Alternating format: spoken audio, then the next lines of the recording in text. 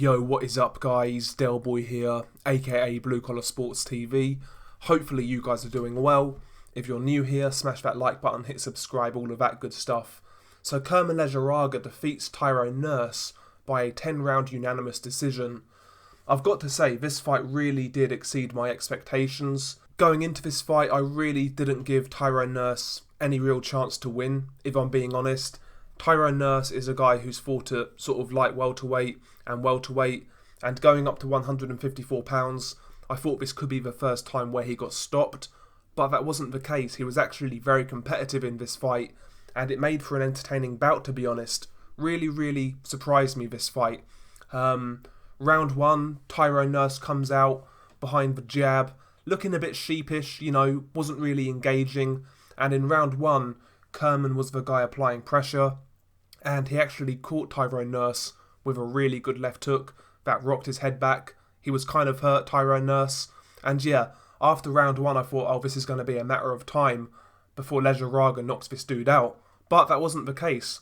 After round one, Tyrone actually got into the fight, and he was having success in this bout. He certainly won a few rounds here and there, and he wasn't boxing, he wasn't sticking and moving, trying to outbox the slugger. He was actually getting up close to Lejarraga and trading on the inside, slipping Lejarraga's work, digging to the body, coming up through the middle with uppercuts, coming over the top with his counter right hand.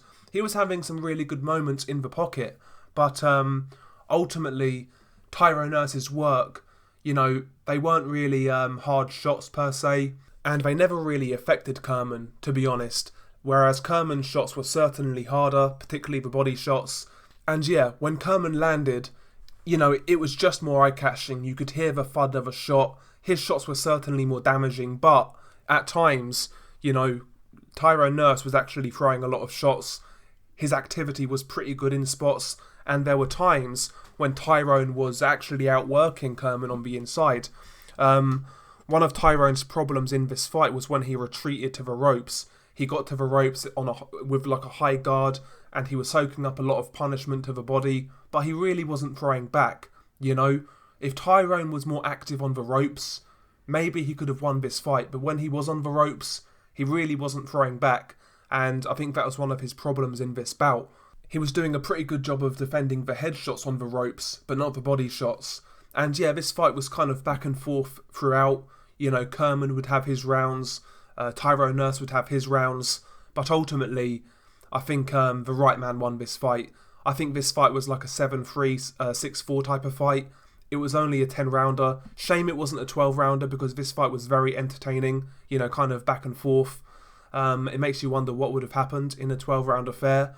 But I think Kerman was definitely the deserved winner in this bout. I've not seen the judges' scorecards, so I'm not sure whether they actually gave him much credit for his work, but I certainly believe he done enough to win 3 or 4 rounds in this fight, but he didn't win the fight, just a close competitive fight, but the clear winner, in my opinion, was Kerman Lejarraga. But yeah, all in all, this fight was very entertaining, and it certainly surprised me.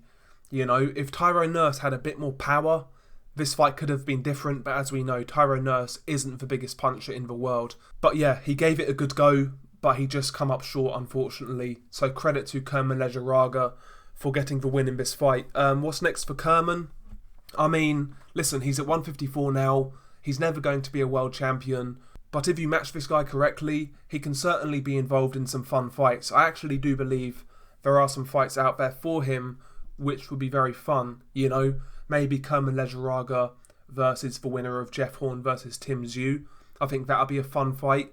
Maybe you could throw Kerman Lejarraga in there with Ted Cheeseman, Anthony Fowler, Sam Eggington, Scott Fitzgerald, all of these guys, they would all make great fights. And why not even Kerman Lejarraga fight Sergio Garcia? Sergio Garcia, the European champion, he's also Spanish. I would obviously back Sergio to win that fight big, but in Spain, that's a big fight, a battle between 2 Spaniards for the European title.